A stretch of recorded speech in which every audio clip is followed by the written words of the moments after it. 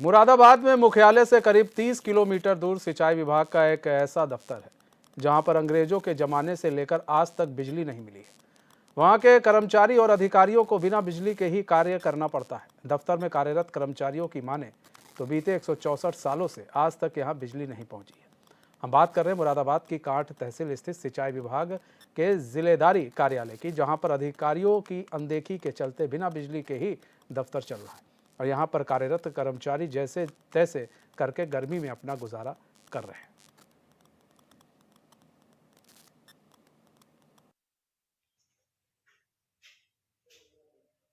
तो ये कितना पुराना कार्यालय है? ये तो अंग्रेजों के टाइम का कार्यालय है। अच्छा। और अंग्रेजों के टाइम से इसमें पंखा भी वो वाला लगा हुआ था जिसे आदमी खींचते थे। अच्छा, खींचने वाला। हाँ। तो और बत्ती का कोई वो नहीं है यहाँ अभी। अच्छा, अंग्रेजों के समय से लेकर अब तक नहीं है? अब तक नहीं है। अच्छा, तो ये आप जाते हैं यहाँ, आपने देखा स्टार्टिंग से ही नहीं है? नहीं है भाई, हम तो यहाँ के रहने वाले हैं बिल्कुल। अगर सिंचाई विभाग द्वारा कोई उसको विद्युत संयोजन के लिए अप्लाई किया जाएगा तो विद्युत विभाग अपने नियमानुसार इसमें कार्रवाई जो संयोजन को निर्गत करने के लिए नियमानुसार कार्रवाई करेगा। हो सकता है कि उन्होंने पहले कभी कोई कार्रवाई इसके संयोजन के अंतर्गत नहीं की होगी। अगर वो आज करेंगे तो जो है उसमें जैसे भी नियम का नियम है उसके हिसाब से तो उसके संयोजन निर्गत करने के लिए कार्रवाई करा देती है। शहनवाज इलियास हमारे साथ जुड़ चुके हैं, हमारे संवाददाता पूरी जानकारी के साथ। शहनवाज, सिंचाई विभाग के दफ्तर में अंग्रेजों के जमाने से लाइट नहीं है भाई, 164 साल बीत गए, अभी तक वहां लाइट ही नहीं आ रही है। मतलब किसी को नहीं दिख रहा है। इतनी सरकारें आई चली गई, खुद अंग्रेज आए और चले गए, लेकिन किसी को नहीं दिखा सिंचाई विभाग, वहां पर लाइट नहीं है।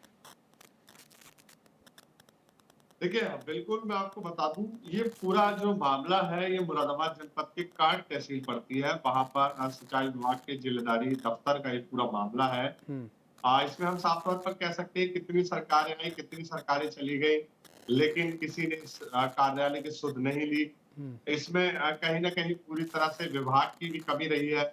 और जिस तरीके से लाइट की अगर बात की जाए यहाँ पर, तो सबसे बड़ी बात यह है कि यहाँ लाइट अंग्रेजी जमाने से पहले, क्योंकि 1859 ईस्वी में ये कार्यालय स्थापित हुआ था, लगभग 164 साल हो गए हैं, 17 कर्मचारी भी इसमें तैनात हैं। लेकिन उसके बाद भी देखिए, बड़ा सवाल यह है कि उत्तर प्रदेश सरकार, चाहे मौजूदा सरकार की हम बात कर लें या पिछली सरकारों की बात कर लें, लगातार जिस तरीके से सरकारों ने वादे किए कि हम हर गांव में बिजली देंगे, हर घर में बिजली देंगे, हर घर बिजली योजना, तमाम तरह की योजनाएं चलाई गई, लेकिन सरकारी दफ्तर में ही बिजली नहीं पहुंच पाई। ये एक बड़ा सवाल खड़ा करता है सिस्टम पर। और सबसे बड़ा सवाल तो यह है कि अंग्रेजी शासन से लेकर अब तक इस दफ्तर में लाइट नहीं पहुंची।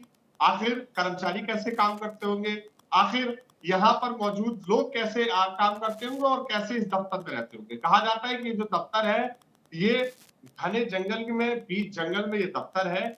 और सबसे बड़ी बात यह है कि यहाँ पर वाहन की भी कोई व्यवस्था नहीं है। कर्मचारी खुद वहां जाते हैं, अपने वाहन का सहारा लेते हैं और अपने वाहन से ही तमाम जो यातायात के काम है वो अपने वाहन से ही करते हैं। सबसे बड़ा सवाल फिर वही उठता है कि सिंचाई विभाग का कार्यालय है, सिंचाई विभाग के कार्यालय में तमाम काम पड़ते होंगे और सिंचाई विभाग के कार्यालय में देर रात्रि भी जरूर कर्मचारियों को वहां पर व्यवस्था के लिए रुकना पड़ता होगा। लेकिन सवाल यही है कि आखिर बिना लाइट के वो रहते कैसे हैं। तो लोगों से हमने वहां बात करने की कोशिश की, लोगों ने बताया कि पहले जिस तरीके से केरोसिन से वो यहाँ पर जो है वो उजाला कर लेते थे, केरोसिन से वो पहले जो जिसको हम आम भाषा में डिबिया कहते हैं, वो केरोसिन से वो जलाकर यहाँ पर जो है कर्मचारी जो इस पूरी कार्यालय में रोशनी करते थे। लेकिन अब तक इस कार्यालय में लाइट नहीं लगी है, ना ही यहाँ कोई कनेक्शन किया गया है।